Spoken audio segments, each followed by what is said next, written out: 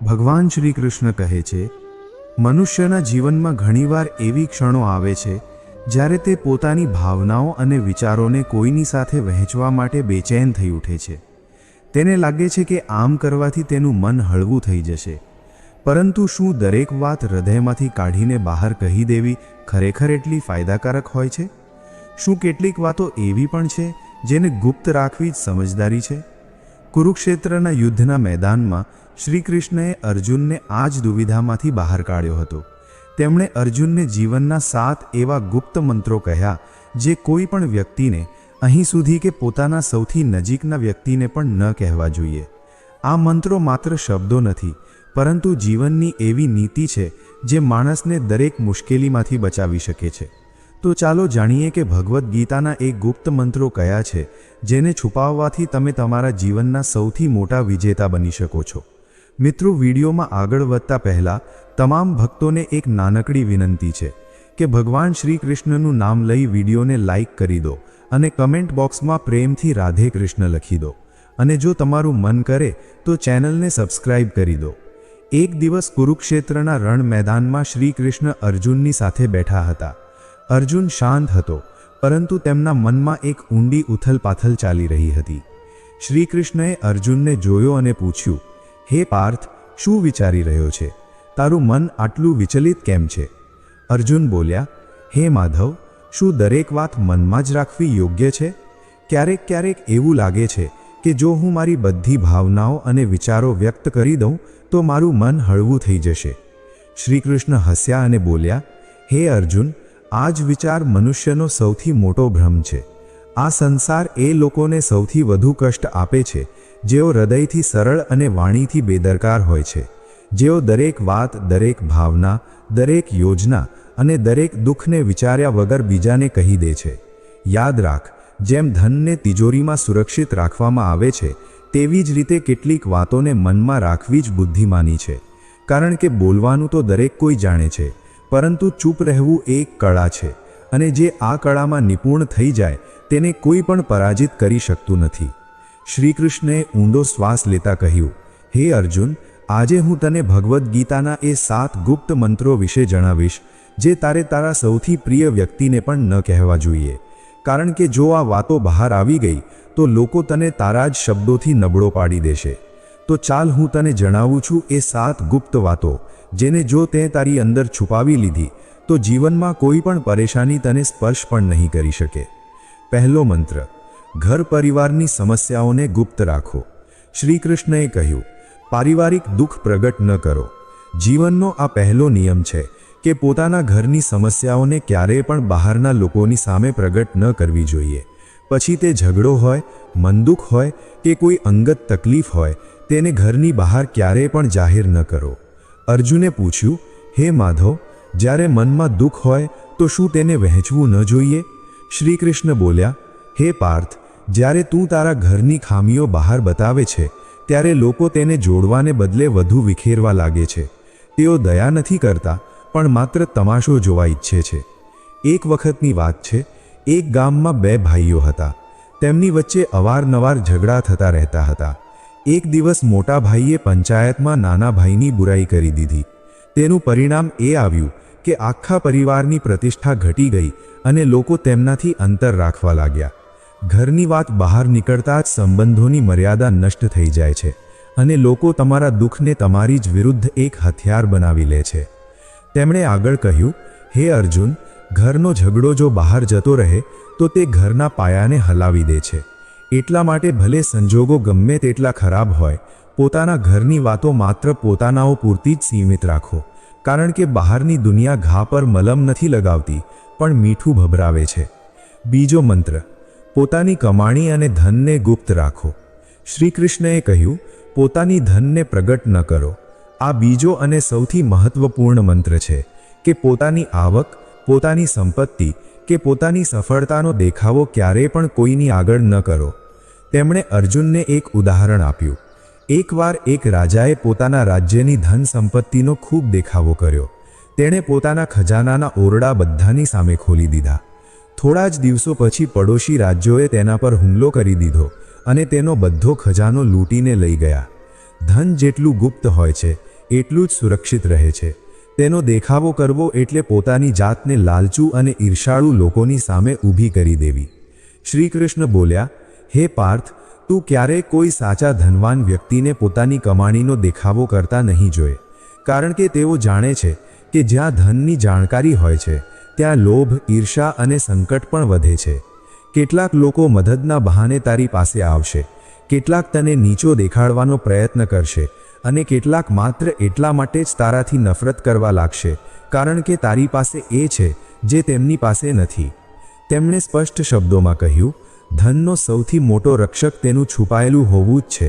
જો લોકોને તારા ધનની જાણકારી મળી જાય તો તેઓ તારી માનસિક શાંતિ પણ છીનવી લેશે. એટલા માટે પોતાની કમાણી ગુપ્ત રાખો, જેથી તમારું મન સ્થિર અને નિશ્ચિંત રહે. ત્રીજો મંત્ર, ભવિષ્યની યોજનાઓને ગુપ્ત રાખો. શ્રી કૃષ્ણએ કહ્યું, કાર્યની યોજના પ્રગટ ન કરો. હે અર્જુન, જ્યાં સુધી કોઈ યોજના પૂરી ન થઈ જાય તેને પોતાના મનની અંદર જ રાખો. જે લોકો પોતાના દરેક પગલાંની જાહેરાત પહેલાં જ કરી દે છે તેઓ મોટા ભાગે પોતાની મંઝિલ સુધી પહોંચતા પહેલાં જ ભટકી જાય છે. તેમણે એક વેપારીનું ઉદાહરણ આપ્યું. એક વેપારીએ મસાલાની એક મોટી દુકાન ખોલવાની યોજના બનાવી. તેણે આ વાત પોતાના બધા સગા સંબંધીઓ અને મિત્રોને કહી દીધી. બીજા જ અઠવાડિયે એક ચતુર વ્યક્તિએ તેની વાત સાંભળીને તે જ જગ્યાએ એક બીજી દુકાન ખોલી દીધી અને બજાર પર કબજો જમાવી લીધો. જ્યારે પહેલો વેપારી આવ્યો ત્યાં સુધીમાં ઘણું મોડું થઈ ચૂક્યું હતું. દરેક વિચાર એક બીજ જેવો હોય છે. જો તમે તેને વાવતા પહેલાં જ બધાને કહી દેશો તો કોઈ તેને કચડી નાખશે અથવા તમારા પહેલાં તેનું ફળ લઈ જશે. શ્રી કૃષ્ણ બોલ્યા, યોજનાની અસલી તાકાત તેની ખામોશીમાં જ હોય છે. જ્યાં સુધી તમારું કામ પૂરું ન થઈ જાય ત્યાં સુધી ચૂપ રહો. પોતાના ઈરાદા, પોતાની દિશા અને પોતાના આવનારા કદમને માત્ર પોતાના સુધી જ સીમિત રાખો. આ બધું બધાની સામે જાહેર કરીને તમે નકામો બોજ અને ટીકા પોતાના માથે લઈ લો છો. આ સંસાર તમારી યોજનાની રક્ષા નહીં કરે અને તમારી નિષ્ફળતાની જવાબદારી પણ નહીં ઉપાડે. ચોથો મંત્ર, પોતાની નબળાઈઓને ગુપ્ત રાખો. શ્રી કૃષ્ણએ કહ્યું, પોતાની નબળાઈ પ્રગટ ન કરો. હે પાર્થ, જે દિવસે તે તારી નબળાઈ બીજા કોઈને કહી દીધી તે જ દિવસે તે તારી હારનું પહેલું પગથિયું ચઢી લીધું. અર્જુને પૂછ્યું, હે કેશવ, શું આપણે આપણા પ્રિયજનોની સામે પણ આપણી પીડા કે નબળાઈ ન કહી શકીએ? શ્રી કૃષ્ણ હસ્યા અને બોલ્યા, પ્રિયજનો મોટે ભાગે ત્યાં સુધી જ તારી સાથે હોય છે જ્યાં સુધી તારી શક્તિ તેમને લાભ આપે છે, પરંતુ જેવી તારી નબળાઈ સામે આવે છે એ જ લોકો કાં તો દૂર થઈ જાય છે અથવા પીઠ પાછળ તારા પર વાર કરે છે. તેમણે એક યોદ્ધાની વાર્તા સંભળાવી.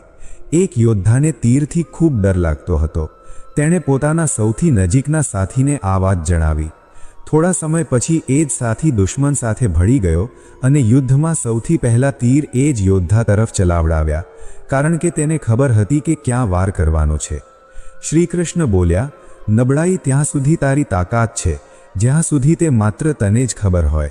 જે દિવસે તે બીજા કોઈને ખબર પડી ગઈ તે તારી વિરુદ્ધ સૌથી મોટું હથિયાર બની જશે. એક સાચો યોદ્ધા એ જ હોય છે જે પોતાના ઘાને પોતાની અંદર છુપાવી લે અને ચહેરા પર સ્મિત જાળવી રાખે. દુનિયામાં ઘણા લોકો તારી મદદ કરવા માટે નહીં પરંતુ તારી હારનો તમાશો જોવા માટે ઊભા હોય છે. પાંચમો મંત્ર, પોતાના દાનનો દેખાડો ન કરો. શ્રી કૃષ્ણે કહ્યું, યજ્ઞ અને દાનનો પ્રચાર ન કરો.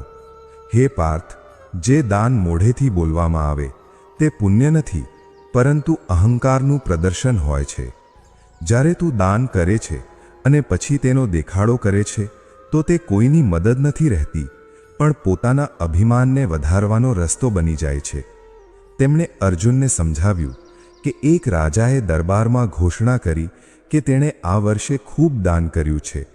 લોકોએ તેના વખાણ કર્યા પણ એ દાન પુણ્ય ન બની શક્યું કારણ કે તેનો દેખાડો કરવામાં આવ્યો હતો. દાન ત્યારે જ ફળદાયક થાય છે જ્યારે તે છુપાયેલું હોય છે. શ્રી કૃષ્ણ બોલ્યા, જો તું ખરેખર કોઈની મદદ કરવા ઈચ્છતો હોય તો તેને દુનિયાને જણાવવાની કોઈ જરૂર નથી. જે દાન સાચા દિલથી આપવામાં આવે છે તે સીધું ભગવાન સુધી પહોંચે છે. બાકી બધું માત્ર દેખાડો છે. છઠ્ઠો મંત્ર, અપમાન અને હારની વાતો ગુપ્ત રાખો. શ્રી કૃષ્ણે કહ્યું, અપમાન અને પરાજયને પ્રગટ ન કરો.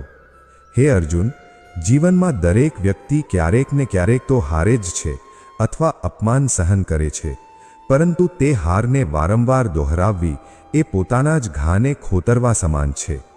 તેમણે અર્જુનને કહ્યું કે એક યોદ્ધાએ યુદ્ધમાં હારનો સામનો કરવો પડ્યો અને તેણે દરેકને પોતાની હારની વાર્તા સંભળાવી.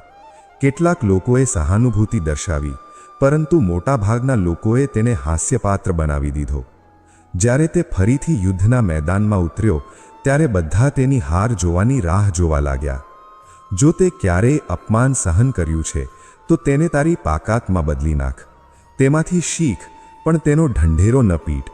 દુનિયા ખૂબ ચતુર છે. તે તારા દુઃખો પર રડશે નહીં, પરંતુ તેને યાદ રાખશે અને તારી વિરુદ્ધ તેનો ઉપયોગ કરશે. શ્રી કૃષ્ણ બોલ્યા, સાચો વિજેતા એ જ હોય છે જે પડી ગયા પછી પણ કંઈ બોલ્યા વિના ફરીથી ઊભો થઈ જાય છે અને પોતાની ચૂપ્પીથી બધાને ચોંકાવી દે છે. 7મો મંત્ર, પોતાની ભાવનાઓને ગુપ્ત રાખો. શ્રી કૃષ્ણે કહ્યું, મનના ભાવોને પ્રગટ ન કરો. હે પાર્થ, મનુષ્યનું સૌથી મોટું રહસ્ય તેનું મન હોય છે. જે વ્યક્તિ દરેકની સામે પોતાનું મન ખોલી દે છે તે સૌથી પહેલાં તૂટે છે. શ્રી કૃષ્ણે સમજાવ્યું, જ્યારે તું રડે છે, ક્રોધિત થાય છે અથવા તારી પીડા જાહેર કરે છે ત્યારે લોકો સહાનુભૂતિ નથી આપતા, પણ તારી નબળાઈનો હિસાબ લગાવે છે.